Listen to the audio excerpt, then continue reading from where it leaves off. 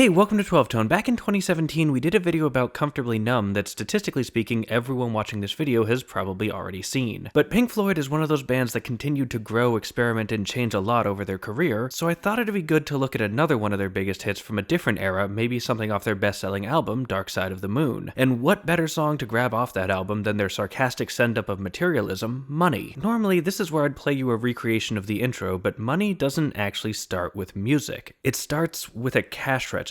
This is an example of what's called an organic loop, where non-musical sounds are put together in a musical context, creating a sort of musicality of the mundane. It's a great way to communicate very specific concepts. Like, yes, you could try to write music that makes your listener think of money, but you'd be hard-pressed to find something that does it better than the sound of jingling coins, so why not just use that? In fact, I've heard it claimed that Money was the first ever use of an organic loop in popular music, which is a very hard claim to verify, but whether or not it was literally the first, it was definitely an early pioneer. After a little bit, the bass comes in, playing the riff that pretty much defines this song.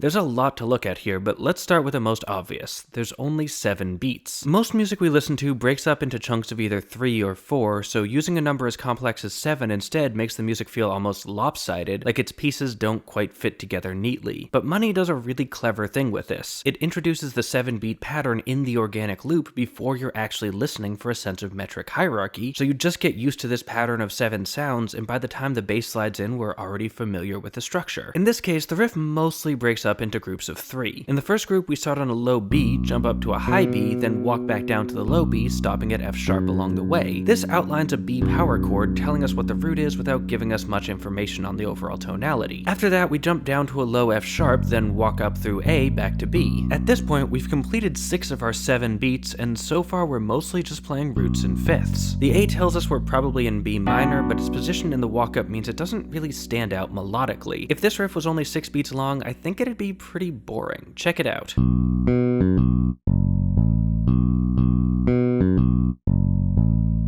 Fortunately, though, that's not what happens. Right when we think we're done, the riff turns around, drops back to A, then suddenly leaps up to D, the minor third. It's a new note, probably the most interesting one here, and it's positioned on a beat that exists outside of the overall metric structure, giving every bar its own little twist ending. It's such a good payoff, tying the whole riff together perfectly, and it's the reason why Waters can get away with playing it over and over with very few interruptions for the first 3 minutes of the song. It does change a couple times, though. The first is subtle and comes with the vocals. When Gilmour sings the "you get a good job" line, Waters switches things up and plays this.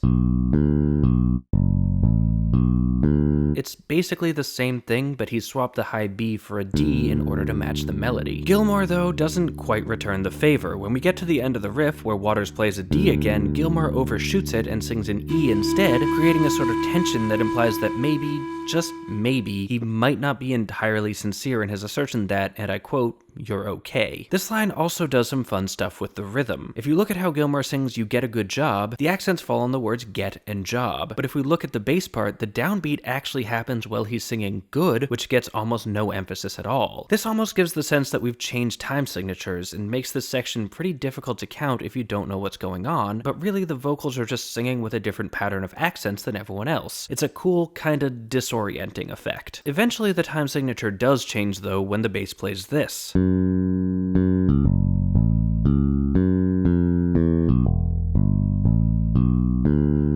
Here, we've switched to a much more common time signature of 4/4.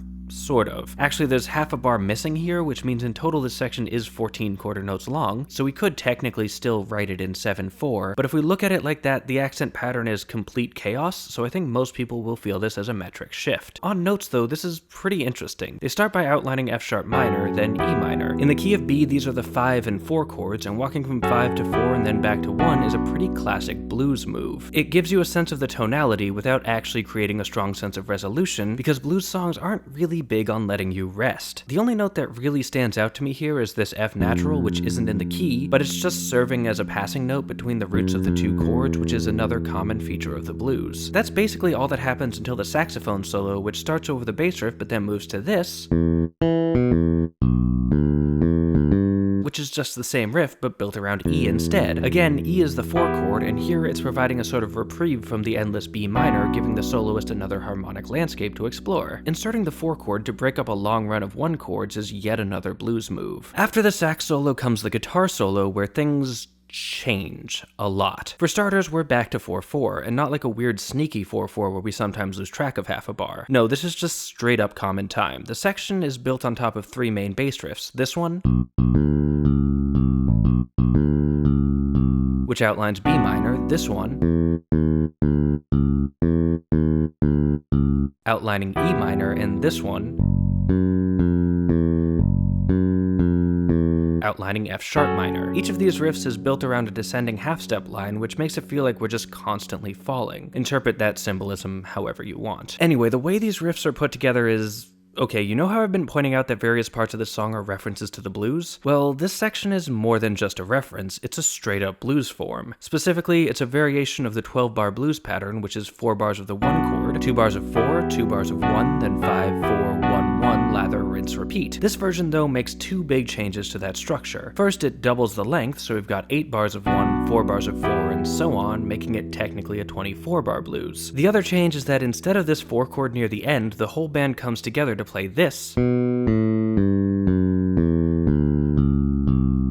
which is just a big dramatic walk down the minor scale with an extra note added in at the end in order to make it all fit properly. This is reminiscent of a device called a turnaround, where the final bar of a 12-bar blues is replaced with something big and loud in order to emphasize the return to the beginning. But in Money, they hit that turnaround early, so after it's done, we still have 4 more bars before the pattern actually repeats. I'm not entirely sure why. My best guess is just that the transition from the F sharp riff to the E riff doesn't sound great because the first one ends on an E already, so slapping the turnaround over the E chord avoids that awkward move. That's not a great explanation though, so if you have a better guess, please let me know. I want to take a second though to acknowledge how appropriate it is that this song borrows so heavily from the blues. A lot of blues songs are either directly or indirectly about the struggles of poverty, so using those forms in a song that sarcastically praises the relentless pursuit of profit results in a pretty scathing critique. It's a clever use of the musical vocabulary in order to make a point through association. Anyway, they play through the 12-bar pattern 3 times, and in order to make it work for that long, they need to play with dynamics. In the first section, everything's big and loud, the drums are crashing through, and the guitars are soaked in reverb. For the second time though, that all changes. The drums switch to mostly just hi-hats, and the guitars lose most of their effects, taking on a much drier tone. This makes it feel calmer, quieter, and more intimate, which they maintain until that big walk down, setting up the third time through where everything is big and crashy again. And that's pretty much it. After that, we go back to the main bass riff, play through those sections a few more times, then end with this,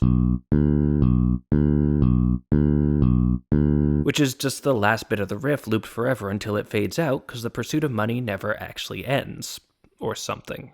Who knows? Before we go though, I have a quick announcement. I'm going to be taking July off this year, so in order to make sure I'm still publishing, I'll be hosting some guest videos and I'm looking for guests. So if you make educational videos of any kind, even if your stuff's not music related, I made a video over on my side channel with more information on how that's going to work. I also talked a bit about why I'm doing this, so if you're just curious about that, you can check it out too. Link, as always, in the description. Oh, also, go subscribe to my side channel. It's called 19 Tone, and right now I'm using it mostly for announcements so the YouTube algorithm doesn't punish me for making them, but I have some plans for more experimental content that will hopefully go up there at some point. And hey, thanks for watching. This song was chosen by my patrons over on Patreon, so if you want to help pick the next song we analyze, just head on over to Patreon and pledge at any level. You can also join our mailing list to find out about new episodes, like, share, comment, subscribe, and above all, keep on rockin'.